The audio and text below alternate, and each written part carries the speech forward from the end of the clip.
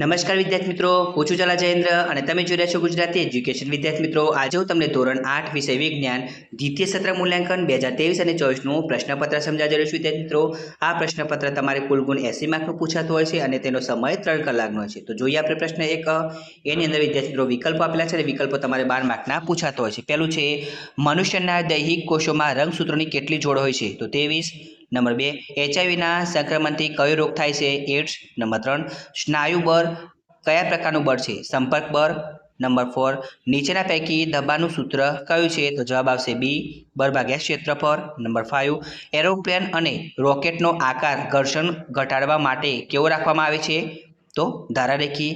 Number 6, બે સપાટીઓની સંપર્ક સપાટી પર પ્રવર્તતું સરકતું ઘર્ષણ બળ 8 N માલુમ પડે છે, તો તે બે સપાટીઓ વચ્ચે પ્રવર્તતું સ્થિર ઘર્ષણ બળ નીચેના પૈકી કેટલું હોઈ શકે છે? 10 N. નંબર 7, મનુષ્યના કાન વડે કેટલી આવૃત્તિવાળો ધ્વનિ સાંભળી શકાતો નથી? તો વિદ્યાર્થી મિત્રો જવાબમાં ડી આવશે. નંબર 8, વાયોલિન અને ગિટાર કયા પ્રકારના વાદ્યો છે? તંતુવાદ્યો. નંબર 9, ઇલેક્ટ્રોપ્લેટિંગની પ્રક્રિયા એ વિદ્યુત પ્રવાહની રાસાયણિક અસર છે. નંબર 10, નીચેના પૈકી કઈ કુદરતી ઘટનાનું પૂર્વાનુમાન શક્ય નથી? ભૂકંપ. 11 નંબર, આંખના લેન્સની કેન્દ્ર લંબાઈમાં ફેરફાર કોના દ્વારા થાય છે? સિલિયરી સ્નાયુ. નંબર 12, ગુણક પ્રતિબિંબોનો ઉપયોગ કયા પ્રકાશીય ઉપકરણમાં કરવામાં આવે છે? તો કેલિડોસ્કોપ. હવે બ એની અંદર વ્યાખ્યા આપી છે વિદ્યાર્થી મિત્રો.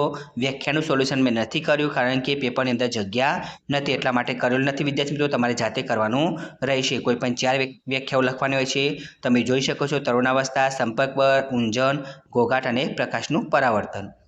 હવે પ્રશ્ન 2 નીચેના પ્રશ્નોના 1-2 વાક્યોમાં ઉત્તર તમારે લખવાના છે. પ્રશ્ન 2 તમારે 12 માર્કનો પૂછાતો હોય છે. પહેલું છે કયું અંગ કંઠમણી તરીકે ઓળખાય છે? છોકરાઓમાં સ્વરપેટી કંઠમણી તરીકે ઓળખાય છે. બીજું, છોકરીમાં પ્રજનન અવસ્થાનો પ્રારંભ કયા વર્ષથી થાય છે? 11 વર્ષથી પ્રારંભ થાય છે. નંબર 3, સ્નાયુબળનો સંપર્ક બળ કેમ કહે છે? સ્નાયુબળ ત્યારે જ લાગુ પાડી શકાય જ્યારે સ્નાયુઓ કોઈ પદાર્થ સાથે સંપર્કમાં હોય, આથી તેને સંપર્ક બળ કહે છે. નંબર 4, સ્થિત વિદ્યુત બળ એટલે શું? વિદ્યુત ભારિત વસ્તુ વડે બીજી વિદ્યુત ભારિત કે વિદ્યુત ભાર રહિત વસ્તુ ઉપર લાગતા બળને સ્થિત વિદ્યુત બળ કહે છે. નંબર 5, લોટન ઘર્ષણ બળ એટલે શું? જ્યારે એક વસ્તુ કોઈ બીજી સપાટી પર ગબડે છે ત્યારે તેની ગતિને અવરોધતા બળને લોટન ઘર્ષણ બળ કહે છે. નંબર 6, મનુષ્ય માટે અશ્રાવ્ય ધ્વનિની આવૃત્તિઓ કેટલી હોય છે? 20 Hz થી ઓછી અને 20,000 Hz થી વધુ. નંબર 7, સ્વરપેટી એટલે શું? મનુષ્યના શરીરના જે ભાગમાંથી ધ્વનિ ઉત્પન્ન થાય છે તેને સ્વરપેટી કહે છે. નંબર 8, નિષેધિત પાણીને વિદ્યુતનું વાહક બનાવવા શું કરશો? વિદ્યાર્થી મિત્રો એનો પ્રશ્ન મેં નથી લખ્યો. નંબર 9, વીજભારિત પદાર્થ એટલે શું? વીજભાર મેળવેલ પદાર્થને વીજભારિત પદાર્થ કહે છે. નંબર 10, પ્રાચીન સમયમાં લોકો વીજળીથી કેમ ડરતા હતા? પ્રાચીન સમયમાં માનતા હતા કે તે ઈશ્વરનો કોપ છે. 11 નંબર, બ્રેલ લિપિમાં કેટલા ટપકાઓનો તરાવ હોય છે? તો 63 ટપકાની તરાવ હોય છે. 12 નંબર, આપણી આંખમાં શરીરકોષોનું કાર્ય શું છે? આપણી આંખમાં શરીરકોષો ઝાંખા પ્રકાશની સંવેદના પારખી શકે છે. બ, તફાવતના 2-2 મુદ્દા લખો. બ તમારે 4 માર્કનું પૂછાતું હોય છે. સરકતું ઘર્ષણ અને લોટન ઘર્ષણ બળ. બીજું છે ઘોઘાટ અને સંગીત. તો વિદ્યાર્થી મિત્રો અહીંયા ઘોઘાટ અને સંગીતનો તફાવત મેં દર્શાવ્યો છે.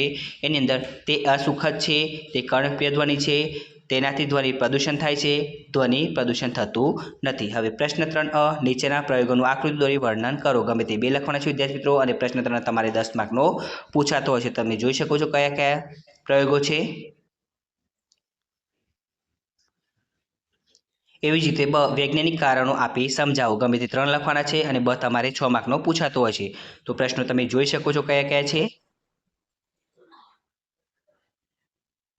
પ્રશ્ન 4 નીચેના પ્રશ્નના મુદ્દાસર ઉત્તર લખો. ગમે તે 2 લખવાના છે અને પ્રશ્ન 4 તમારે 8 માર્કનો પૂછાતો હોય છે. તમે જોઈ શકો છો પ્રશ્ન પહેલો છે મનુષ્યમાં લિંગ નિશ્ચયન સમજાવો. બીજું, દર્શાવો કે કેવી રીતે ઘર્ષણ મિત્ર અને શત્રુ બને છે. નંબર 3, ચોમાસામાં આકાશમાં વીજળી કેવી રીતે ઉત્પન્ન થાય છે તે સમજાવો. આપની જાતને વીજળીથી બચાવવાના 3 ઉપાયો જણાવો. અને બ, નીચેના પ્રશ્નોના ટૂંકમાં ઉત્તર લખો. ગમે તે 4 લખવાના છે વિદ્યાર્થી મિત્રો અને બ તમારે 8 માર્કનો પૂછાતો હોય છે. પ્રશ્નો તમે જોઈ શકો છો. પહેલું છે જાતીય અંતઃસ્રાવ એટલે શું? તેના કાર્યો જણાવો. બીજું, બળ દ્વારા ઉત્પન્ન થઈ શકતી 4 અસરો જણાવો. 3 નંબર, ઘર્ષણના કારણે ઉષ્મા ઉત્પન્ન થાય છે તે દર્શાવતા 3 ઉદાહરણો આપો. નંબર 4, નીચેના સંગીત વાદ્યોમાં કયા ભાગ કંપિત થાય છે જેના કારણે ધ્વનિ ઉત્પન્ન થાય છે? સિતાર, ડ્રમ, શરણાઈ, ઘંટ. નંબર 5, સાદું લોલક 20 સેકન્ડમાં 10 દોલનો કરે છે તો તેના દોલનની આવૃત્તિ અને આવર્તકાળ કેટલા હશે? હવે પ્રશ્ન 5 એની અંદર નીચેના પ્રશ્નના ટૂંકમાં ઉત્તર લખો. ગમે તે 4 લખવાના છે વિદ્યાર્થી મિત્રો, અને પ્રશ્ન 5 તમારે 8 માર્કનો પૂછાતો હોય છે. પ્રશ્નો તમે જોઈ શકો છો.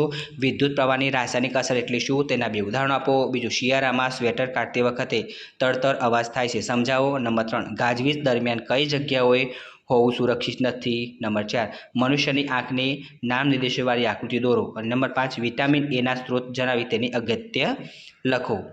પ્રશ્ન 5નો બ, નીચેના પ્રશ્નના માત્ર ઉત્તર લખો. બ તમારે 4 માર્કનો પૂછાતો હશે. પહેલું છે, મધુપ્રમેહ રોગ માટે કઈ ગ્રંથિના કાર્યમાં થતો વિક્ષેપ કારણભૂત હોય છે? સ્વાદુપિંડ. બીજું, સ્થિત ઘર્ષણ, સરકતું ઘર્ષણ અને લોટન ઘર્ષણમાંથી સૌથી ઓછું ઘર્ષણ કયું છે? તો લોટન ઘર્ષણ. ત્રીજું, પદાર્થ 1 સેકન્ડમાં 20 કંપનો પૂર્ણ કરે તો તેની આવૃત્તિ કેટલા હર્ટ્ઝ હશે? તો 20. અને નંબર 4, આઇરિસમાં આવેલા નાના દ્વારને શું કહે છે? કીકી. હવે ક, એની અંદર ખરા ખોટા આપેલા છે. ખરા ખોટા તમારે 4 માર્કના પૂછાતો હોય છે. પહેલું છે, એડ્રિનલ ગ્રંથિ મગજ સાથે જોડાયેલી છે, ખોટું. બીજું, ઘર્ષણથી ઉષ્મા ઉત્પન્ન થઈ શકે છે, સાચું. નંબર 3, ગાજવીજ સાથેના તોફાન દરમિયાન છત્રી ઓઢવી સલાહભર્યું નથી, સાચું.